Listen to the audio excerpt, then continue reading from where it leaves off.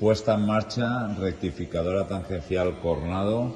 Ponemos en marcha, primero le damos al electroimán, activaría la pieza, arrancamos la muela y ponemos en marcha el hidráulico. Le damos primero el impulso para colocar en marcha y luego ya hacer los ciclos en automático.